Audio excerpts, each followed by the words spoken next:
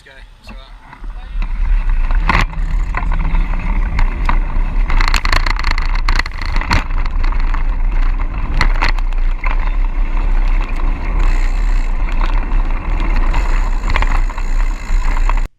Welcome to the video. We have here Duran Rider. Duran Rider probably. I was going to do the Tour de France this year, but I was in Thailand, so I had to forfeit my invitation. So we have Duran Rider here, cyclist, Adelaide, South Australia, on the Giant TCR, running the lightweights. This video, how to use a power meter, why e-bikes is the future of cycling, and how to eat for climbing. Let's start with why e-bikes is the future of training. Now, traditionally in road cycling, road racing, we would sit behind a Derny or a motorbike for motor pacing, or a car. This is very, very dangerous because the car obviously hit the brakes, you can smash in the back of the car. A motorbike, you got the pollution, it's a little bit less dangerous.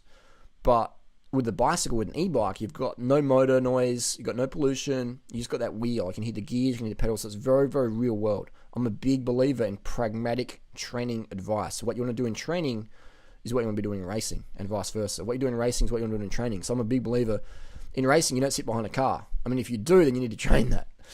In racing, you don't sit behind a motorbike, but if you do, you need to train that. In racing, you do sit behind another cyclist. So in training, you need to know how to do that.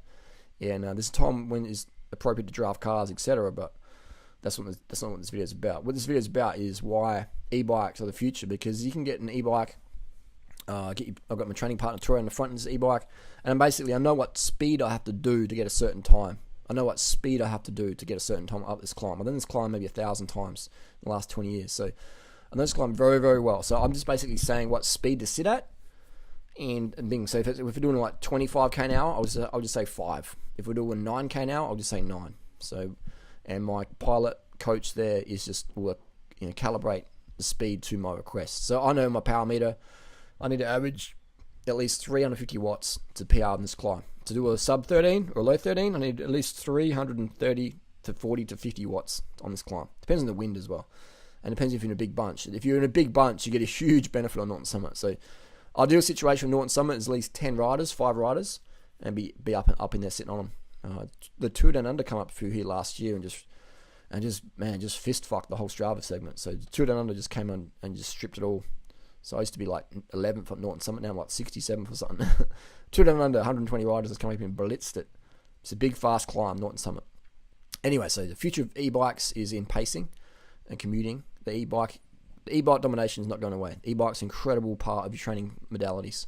So get an e-bike if you want to get fitter. If you're even if you're like obese, overweight, out of shape, an e-bike will help you get on the bike. If you have an injury, an e-bike will help you get out there. So e-bikes definitely will help fitness. If you're really fit like me, an e-bike will help if you've got an injury or recovery, or an e-bike will help you as a pacing tool. Get someone on the e-bike and you can pace on them up the hills. So the e-bike's a really, really, really valuable tool there. It's better than the motorbike. It's better than the car. So yeah. So we're riding up the hill here, and you notice I stay about a foot away from the gutter at all times. About a foot away. There's cars behind waiting to pass, but they'll pass when it's safe. It's a double line. A double line means you can't legally pass. So we have to wait till that double line goes. So I'm just sitting about a foot away from the gutter, and I'm not even focusing on the cars behind me because I'm doing my TT. By staying, I'm holding my line, and that car waits till double line's gone, and then boom, goes. So the drivers here follow the rules pretty good, most of 99% of them. And so I'm staying about a foot away from the gutter, which means that's where all the leaf litter is, the glass or whatever. So if you're staying next to the gutter, the car will just squeeze through. And if maybe there's a bit of glass or a rock and you got to swerve out, then you can swerve into the path of the car. So always stay about a foot away from the gutter and just hold that line. Hold that line. Don't be zigzagging in and out of the road. Just hold that line. If there's parked cars ahead of you, take the lane. Don't be zigzagging in and out of parked cars, because someone might be looking on their phone looking down when you're behind a car, and then look up, they didn't see you, and boom. So always hold the line, take the lane, hold that foot off the gutter. So be predictable cyclist, and be visible. You'll notice that I've got fluorescent orange socks on there, so that's called biomotion, because it's something bright that's moving, and that triggers the human eye more than anything. Bright flashing or bright moving, called biomotion. So before this TT, I did have a vegan pizza. I went to Domino's Australia and I had a vegan pizza about 10 minutes before this TT. I had a whole fucking pizza to myself, a whole vegan pizza at Domino's Australia. And I did that because I knew I was going to suffer more. Someone was going to suffer more. So I went up not some of this big pizza in my gut, and I was really struggling to breathe. I was really struggling to breathe because all the blood, not all the blood, but more blood is diverted to your digestive tract, and so your legs and lungs and heart can't use it as much. So by having less food in your gut, you'll be able to go faster. That's why sugar water is so powerful. Sugar water is so powerful.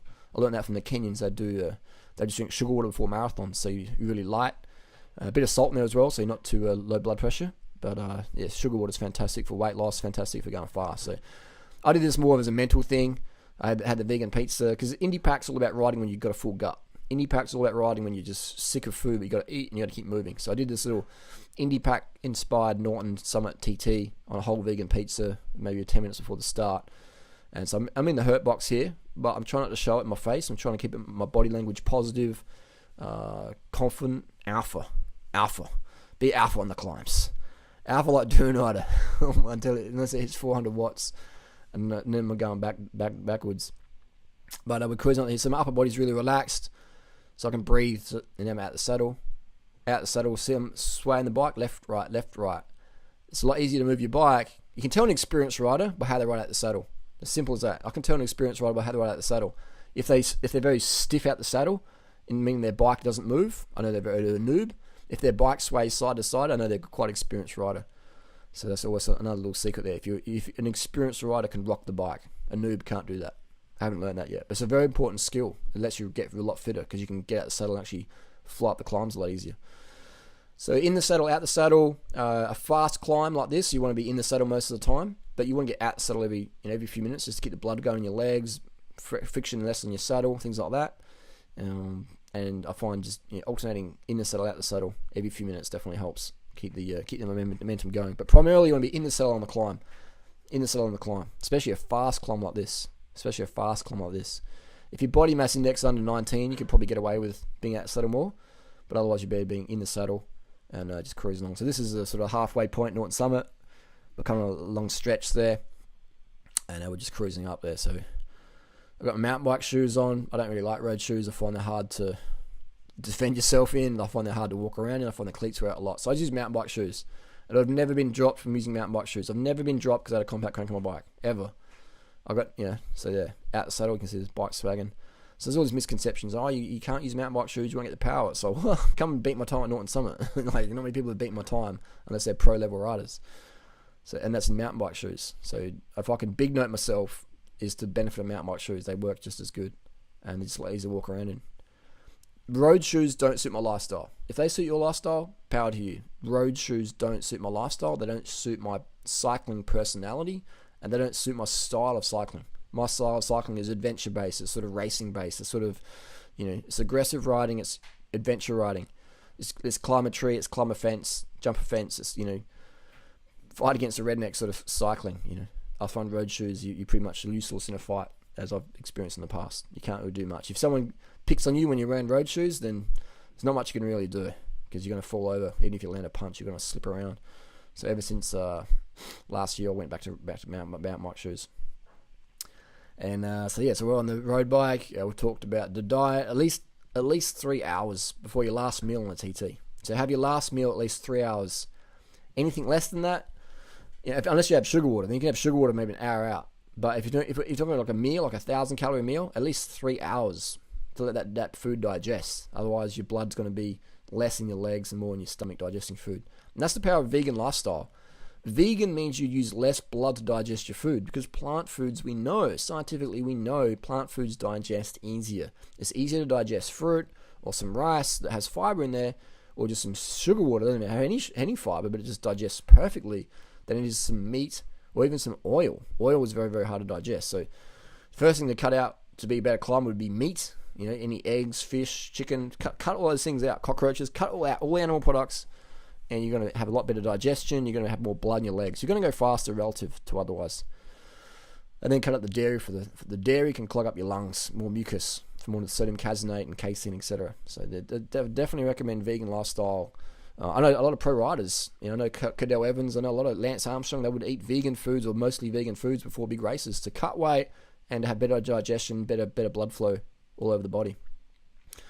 Also translates to the bedroom relative. It's all relative, all right? So going vegan won't turn you into Lance Armstrong, but if you're Lance Armstrong level, vegan diet's going to help you. If you're Joe Blow level, vegan diet's going to help you. It's going to help you, man. High carb vegan diet, I should say. Less oil. Less oil is better than more, because oil can make your red blood cells stick together. So we talked about the e-bike. It's the power, the way of the future. We talked about when to eat, at least 3 hours, your last meal before a TT. Let's talk about power meter. I know my watts for this climb is going to be between 330 and 350, depending on how much I'm weighing, or more so the wind. The wind up Norton Summit can be quite windy, headwind, so you have to put out more power for the same time. So I know what speed I have to do, and so I just basically not looking at my power meter right now. I'm just feeling at my legs in terms of speed. I know what we need to do, and I'll add an extra K or take a K off depending on how I'm going. So I'm not looking at my power meter. I'm just zoning out. I'm recording my power, but I'm looking at it afterwards. And when I look back at the analytics, I pace this really, really well. So I've been riding for 20 years using the power meter since 2009. So I know my body really, really well. And I always keep power data though, because power data is just great to back up what you're saying or back up what you're thinking. And so I definitely recommend power meter. But if you don't have anyone to pace you, then a power meter is really good, because you can pace off the power on the power meter. So basically, if you got to do 300 watts of the climb, then you sit on 300. How do you know though how much power you're going to produce? What you do is you go up the climb, don't look at your power, just put your power meter on your bike, calibrate it, go up the climb, go full gas, upload to Strava when you get home or whenever, and then look at what your average power was. Let's say your average power for the 20-minute climb was 200 watts. Now, next time you start at 200 watts. You don't start at 300 or 400 or 150. You start around 200 watts, and you just try and hold that for the duration of the climb. Some people, what they do is they try and do 400 watts for the first minute, and then just trying to ride in lactate the whole way up. But that's not how it works. People, I want to give myself a head start, get a buffer. And it's like, no, that's not how it works. The fastest times are actually called negative splits, meaning that the last half is faster than the first half. This applies to the marathon. This applies even for the mile. So you want to make sure you got something left in the tank. Not too much, but enough. It's like pouring a glass of water against the clock. You're pouring a glass of water over an hour. You don't want to run out of water. You don't have any left over. You want to have the last drop on that 59, boom. And that's what power meter will help you do, is help you learn how to pace better. So you understand what power you can do for a 5-minute climb, a 10-minute climb, a half-an-hour climb, 1-hour climb, etc. Or Indy Pack for that matter. Indy Pack wattage will be about 150 or less. 150 or less. Anything more than that is going to overly fatigue yourself, and there's no need to do that. So this is the last bit, not something very beautiful part. This part here is very fond memories. A lot of good times here. A lot of good times on Norton Summit. A lot of battles. I came up here in the rain. I've Everested Norton Summit, did it 33 times in a row once back in November 2014, I think it was. So I've done a lot of epic stuff on Norton Summit, and it always delivers. It always delivers, Norton Summit. It's a great climb. I was the first person to Everest it 33 times in a row. It was almost like, it was a long time. It was good. First world problems, first world experiences. I was grateful. So see my stomach's going in and out. I'm trying to stay relaxed. I'm in the drops, get more aero. When you're going this fast up a climb, aero is going to help. You want to be aero. So we're going for every second here in terms of aerodynamics. So you might as well get down in the drops. Get down in the drops. So you can see I've still got plenty of space between my stomach and my legs. I can still breathe pretty easily. Cycling's all about breathing. It's all about breathing. Have your mouth open. Never have your mouth closed unless you're trolling. And have your mouth open, breathe through your mouth, and it's like, you're breathing through your mouth, getting the oxygen in. Someone says, you got to keep breathing through your nose. It's like, you're not going to go very fast breathing through your nose. Fat is expelled via the breath. Google it up. How is fat burned in the body? Fat is burned. It leaves the body via carbon dioxide. You breathe it out. You breathe your fat out. So if your mouth's shut, how are you going to get rid of the fat? So you keep your mouth open mouth. So I'm sort of getting a bit closer to the e-bike, and I'm not really getting that much of a draft. I could be a lot closer. This whole climb, but I wanted to just get a full frame shot of the body, so you see the gains. I'm sort of going around the e-bike here, and I told them to speed up, and then boom, now we've got some pain. So the secret with pain is understand that pain is essential. Suffering is optional. Let me say that again. Pain is essential. Suffering is optional. Pain is essential. You're going to feel pain, man. Pain's not bad when you're training. I mean, if you've got an injury, pain's a sign to stop, back off. But lactate pain, your legs sizzling, your heart pumping, that's fine, man. Little crazy face there, little pain face. Pain is good, man. Pain's your friend. So embrace the pain in the legs, in the arms, in the lungs and stuff. Just push like a motherfucker. Doesn't matter how you feel, hold the fucking wheel. So I've dropped off a bit here. I'm going to keep going, so I might as well get a bit more workout. And so I'm just basically giving some orders here. Keep going. And there we go. We're going to keep going a bit more. So pick up the speed a bit. And with another ride. That's a bright light, isn't it? That's a good... Lights are great ideas. Commuting. If you're commuting, get a light. So look how visible that cyclist is. Look behind. You can see him behind me. You know, imagine if you didn't have a light, you wouldn't be able to see him at all. So very, very visible. The e-bike we're riding on, that does have a front light on. But look how visible that cyclist is behind me. You can still see him. You'll see him forever. That's really, really visible. And if it was flashing, they'd even be more visible. They'd even be more visible. So daylight's not a bad idea. Not a bad idea. Yeah. So this is the last bit of Norton Summit. This is the KOM's back there. The official finish line. There's segments all over Norton Summit. But the official one for bragging rights is back there where we just passed that oak tree. The gum tree, rather. And so you got any questions about cycling with the power meter or pacing or whatever, let me know down below. You want to just stay relaxed in the head as possible, breathe and just push. Just focus on form, focus on relaxing your body, focus on breathing from the stomach, form, breathing, relax. Form, breathing, relax. Don't panic, just stay calm, breathe from your stomach, long, slow, deep, relaxed breaths. Keep that form, keep that upper body, solid, relaxed. So I'm hunching my shoulders here. Now I'm going to drop them again. So that's what I'm doing. Just basically analyzing myself. Form, breathing, relax. BPR, breathing. BPR, or posture. You call it BPR. Posture, form, posture. Let's say posture. People understand that better. So BPR, breathing, posture, relax. Just focus on it the whole time. Breathing, posture, relax. Posture could be cadence. It could be pacing. Just breathe, breathe. BPR, breathe, pace, posture, relax. The more relaxed you are, the harder you can go. Remember that. The more relaxed, if you're too tense, no. You want to be like Zen, like water, just pumping it.